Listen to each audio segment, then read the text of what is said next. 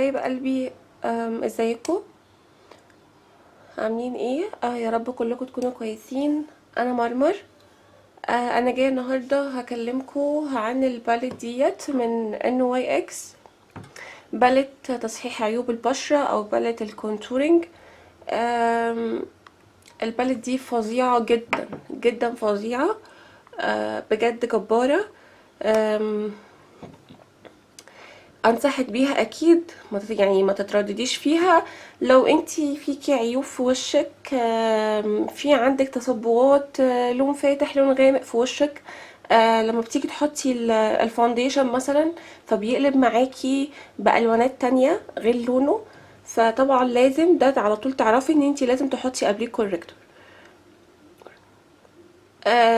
البالي دي فيها 6 درجات زي ما انتوا شايفين كده.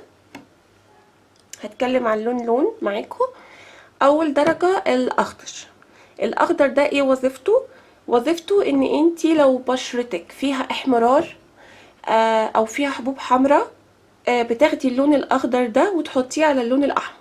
مش انتي ساعات بتلاقي مثلا ناس وشها احمر كده رباني طبيعي جدا، بيكونوا خدودهم حمرا جدا وكده، او مثلا واحدة عندها حبوب كتير حمرا في وشها، فهتاخدي من اللون ده من الباليت كده خلاص، وهتحطي على الحمار بتاعك. انا هعمل لكم طبعا سواتش للون كده. هو ده الدرجة بتاعته. فظيعة وناعمة جدا. البلد كلها ناعمة، مش عشان كريمي تلاقيها خشنة معاكي او صعب انت تفرديها، بالعكس ناعمة لدرجة مش ممكن، فظيعة. تمام. فديت اللون الاخضر استعماله بس للالوانات الحمراء اللي في وشك مش اكتر. بعد كده اللون الموف. الموف ده لو انتي بشرتك شحبة، لو انتي بشرتك فيها الوانات غامقة، خلاص هتاخدي من اللون الموف ده وهتحطيه على الاماكن اللي انتي عايزة تنوريها كده خلاص.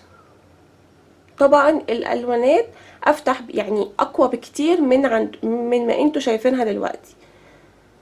خلاص تمام. بعد كده اللون الاورنج الفاتح ده، اورنج فاتح قوي قوي. الاورنج الفاتح ده ليه؟ لو انتي عندك هالات بس هالات بسيطة موت هتستخدمي الدرجة دي. لو انتي عندك هالات بسيطة جدا كده خلاص. لكن لو انتي عندك بقى هالات يعني تقيلة جدا وعاطية على سواد، لا، فانا انصحك طبعا ان انتي هتستخدمي الدرجة ديت من الاورنج عشان نجيب معاكي نتيجة. هي دي الدرجة. شايفين الفرق ما بين الدرجة دي والدرجة ديت؟ طبعا فرق كبير. اللون الاورنج التقيل ده عايز هالات سودة تقيلة، لكن اللون الاورنج الفاتح ده عايز هالات سودة خفيفة. لو انت عندك تقيل قوي هالات سودة، هاتي الكونسيلر ده، او سوري الكوريكتور ده، فظيع بجد، فظيع. بعد كده نيجي للون الاصفر. اللون الاصفر ده بيعمل ايه؟ بيدي اضاءة للوش، بينور الوش، بتحطيه على الاماكن اللي انت عايزة تنوريها. تمام. وتخلي العين عليها. فاحنا هنجيب كده ونعمل سوور كده. استنى انا بس اللي حاطه خفيف، سوري اهو. حلوة قوي قوي. خلاص، يا رب بس تكون الاضاءة عندكم باينة. آه بعد كده في ايه تاني؟ اللون الكونسيلر اللي هو اللون البني الفاتح ده، علشان لو انتي بعد ما ترسمي حواجبك عايزة بقى تنضفي اللي انتي عملتيه، هتستخدمي الدرجة ديت. كمان الدرجة ديت لو هي نفس لون بشرتك ممكن تستخدميها عادي جدا ككونسيلر، مفيش فيها اي مشكلة، مش هتقول لا خالص. اهي تمام.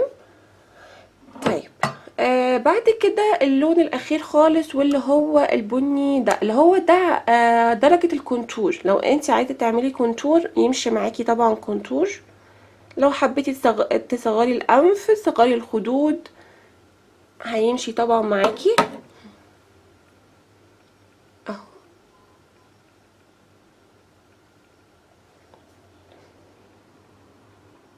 بجد البالت فعلا تستاهل، وناعمة جدا جدا. يعني لما بتيجي تاخدي وتحطي ناعمة جدا، وبيمشي معاكي بكل سهولة، وبيندمج معاكي بكل سهولة. عايزة اقولك حاجة بقى، لما تيجي طبعا تحطي الالوانات دي كلها على وشك، ما ينفعش خالص يعني تاخدي وتمسحي كده. لا، ما ينفعش تاخدي وتمسحي كده، خلاص. لازم تاخدي بالطبطبه. طبعا هتستخدمي البيوتي بلندر، وهتكون مبلوله، وهتعصريها جامد، وبعد كده هتبتدي تطبطبي كده على وشك.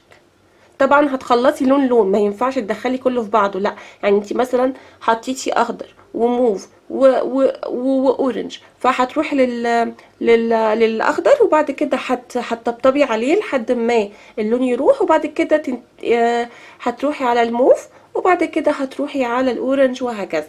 تمام. لازم الطبطبه، ما ينفعش بالسحب. لو سحبتي، شوفي لو انت سحبتي كده اللون هيروح. شايفين حصل ايه؟ خلاص ما عادش فيه لون اصلا، انت كده سحبتي. فلازم طبطبه. وبعد كده لما تيجي تحطي فوقيهم الفاونديشن، برضو لازم الطبطبه، ما ينفعش تسحبي. لو سحبتي كل اللي انت عملتيه ده هيروح مع السحبه بتاعتك، فاهماني؟ فلازم اهم حاجه الطبطبه، والطبطبي كتير. اي نعم ايدك هتوجعك، بس معلش، يعني انه مادام انت عايزه الميك اب بتاعك يطلع بيرفكت، فمعلش اهتمي قوي بالتفاصيل الصغيره ديت، عشان الميك اب بتاعك يطلع حلو. خلاص، هتطبطبي كده كده كده كده كده، وخلاص، وكل حاجه ان شاء الله هتطلع معاكي زي العسل. البالت تستاهل، طبعا طبعا تستاهل. كنت جايباها ب175 من جروب على الفيسبوك، هسيب لكم تحت اسم الجروب.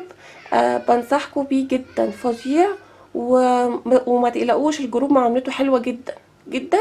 وان شاء الله حبايبي تكونوا استفدتوا من الفيديو.